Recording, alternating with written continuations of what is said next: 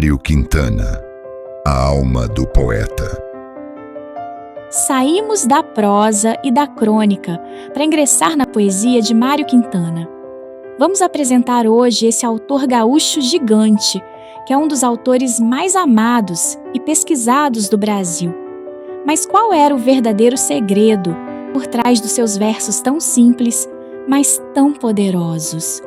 Fique até o final, porque vamos revelá-lo. A técnica oculta. Hoje revelaremos a técnica oculta que Quintana usava para transformar o cotidiano em pura genialidade, algo que você também pode aplicar na sua escrita hoje. Mário Quintana não era um acadêmico preso em teorias distantes. Ele era o poeta das coisas que a gente deixa passar batido. Nascido em Alegrete, no Rio Grande do Sul, em 30 de julho de 1906, Mário Quintana trouxe do interior gaúcho para Porto Alegre, cidade que escolheu para viver uma calmaria que contrastava com a pressa do mundo moderno. Viver em hotel significa desapego. Significa entender que a vida é uma passagem e que não precisamos acumular excessos para criar arte. No icônico Hotel Majestic, ele observava o fluxo das pessoas lá embaixo. Cada transeunte era uma história. Cada passo na calçada virava poesia pura. Pense no seu dia a dia. Quantas vezes você andou correndo pela rua principal da sua cidade, olhando para o celular, sem notar o formato das nuvens ou o canto de um pássaro? Quintana vivia na contramão dessa correria moderna. Ele tinha o dom do desacelerar. Se você olhar para o lado agora, vai ver uma mesa, uma xícara de café, um relógio na parede ou uma janela aberta. Para a maioria são apenas objetos comuns. Para Quintana eram portais de transcendência. Ele transformava o simples em algo profundamente visceral, tocando na nossa alma. Em sua obra-prima, A Rua dos Cataventos, publicada em 1940, aliás, obra de estreia de Mário Quintana, que o consagrou na literatura brasileira, ele consolidou essa visão de mundo. Os cataventos são metáforas perfeitas do tempo que gira, leve e implacável. É o meu livro menos comprometido. Os outros são comprometidos. Por exemplo, na Rua dos Cataventos, eu achei que o soneto estava muito desmoralizado, eu achei que era uma bobagem, então eu escrevi um livro só de sonetos, embora eu já estivesse pronto, já metade, né? Mas completei, para provar que o soneto também era um poema. Quer dizer, foi a minha mania que eu tive. E parece que o livro foi muito bem aceito. Ele nos convida a resgatar a infância perdida que ainda habita em cada um de nós. A Rua dos Cataventos. Trata-se de uma coletânea de 35 sonetos que serve como o cartão de visitas definitivo do estilo e da visão de mundo do poeta gaúcho. O tema central e a essência resumem-se em 3 pilares fundamentais: o tempo e a efemeridade da vida, o resgate da infância perdida e a espiritualização do cotidiano. Em O Tempo e a Efemeridade da Vida, aliás, onde o catavento é a metáfora central do livro, ele representa o tempo que gira de forma constante, leve, mas implacável. Quintana usa essa imagem para refletir sobre a pressa do mundo e a velocidade com que a vida passa, nos convidando a desacelerar para perceber o movimento sutil da existência. Arnaldo Chagas preparou um PDF para os inscritos e inscritas no canal sobre as obras e a vida de Mário Quintana.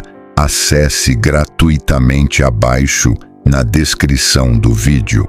Em O resgate da infância perdida, ele apresenta a infância não como uma época que ficou no passado, mas um estado de espírito, um olhar puro que os adultos perdem ao longo dos anos e, em A Espiritualização do Cotidiano, ele mostra que o sagrado e o poético não estão nas coisas grandiosas ou eruditas, mas no banal. Casa de Cultura, de Mário Quintana, em Porto Alegre. E algumas intimidades. As pessoas visitam muito, é um espaço, né, que recebe principalmente escolas. A gente tem um programa educativo muito forte na Casa de Cultura, então é onde eu acho que as pessoas também entendem um pouco da intimidade, né? E essa ali, curiosidade. acho que vai de criança a adulto, né? Todo mundo fica encantado de ver aquilo. E também é uma forma de talvez de aproximar a poesia dessa realidade cotidiana das pessoas, né? E talvez até acender o interesse pela literatura. Mas tem uma história que eu não sei se é lenda ou verdade, que muitas vezes quem visita a casa vai até o quarto do Mário Quintana e deixa um recadinho, né? Deixa um pedido lá para a direção da casa. Eu sei que esse pedido é recorrente. Que pedido é esse? É um pedido para que a gente arrume, né? Porque onde é que já se viu aquela cama bagunçada, aquele quarto assim, desajeitado, né? Acho que as pessoas têm essa ideia de, poxa, tá recebendo visita e tá assim. Por que a cama do Quintana tá desarrumada? Todo o ambiente tá desarrumado com a ideia de ter ainda o calorzinho do Mário Quintana, como se ele tivesse recém saído dali. Acho que é uma ideia de tentar preservar uma aura de intimidade e que não seja formal, até porque o Quintana não era nada formal. Então também, talvez se fosse uma pessoa mais pudica, num sentido assim, não se apresenta... Não, ele era um cara do seu cotidiano, das coisas simples, não era alguém que prezasse por esse tipo de coisa, então a gente se sentiu à vontade para manter esse quarto assim, como se ele recém tivesse realmente saído daquele quarto. É uma forma de dizer que o poeta tá vivo. Essa é a tentativa de dizer, ele, né, tá pulsando aqui. Mas a ideia é aproximar ao máximo, tanto tem a voz do Quintana, né, recitando os poemas, então é sentir quase como se ele estivesse ali. A ideia é genial, né? Eu acho que porque é isso, né, também acho que afasta menos as pessoas, né, tu vê que é uma pessoa de carne e osso que tava ali com uma cama bagunçada, assim, né, ela viveu de verdade, os poemas dele falam do cotidiano muitas vezes com muita profundidade, né.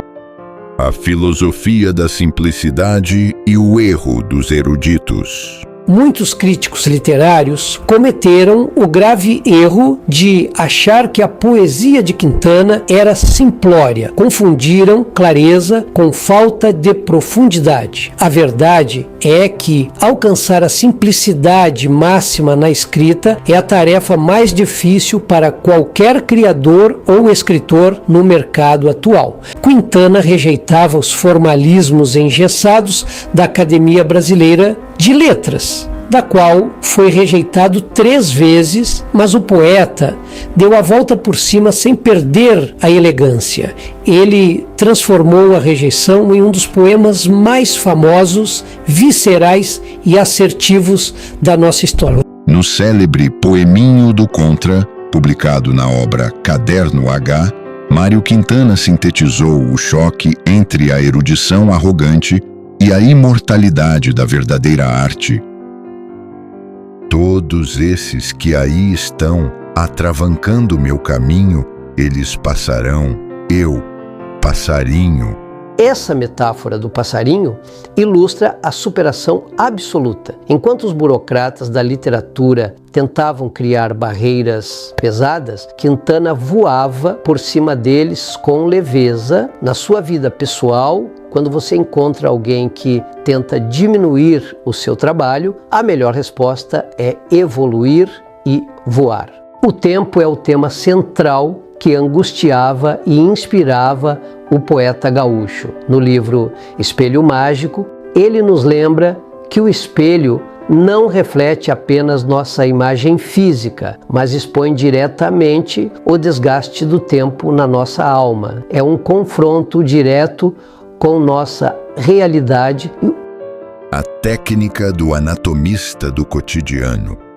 Chegamos agora à técnica literária baseada no que Mário Quintana usava para construir suas obras imortais. Nós chamamos essa abordagem de anatomia do cotidiano. A técnica consiste em isolar um objeto ou ação banal e aplicar uma inversão de significado lógico e esperado em um significado simbólico Para utilizar essa técnica na sua escrita hoje, você deve seguir 3 passos claros. Primeiro, escolha um elemento comum, como o ato de amarrar os sapatos. Segundo, retire a utilidade prática desse objeto. Terceiro, conecte esse elemento a um sentimento humano universal e profundo.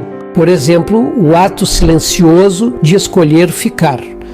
Bastidores da Memória, Quintana em própria voz. O primeiro livro infantil foi o Pé de Pilão. O Pássaro ganhou o sapato, foi logo tirar retrato, tá? Depois veio outro. O macaco artista era mesmo um grande artista. Olhe para cá direitinho, vai sair o passarinho. O passarinho saiu, o bicho assim, conseguiu. Quando eu vi, estava uma história pronta. Essa historinha era baseada na poética das crianças.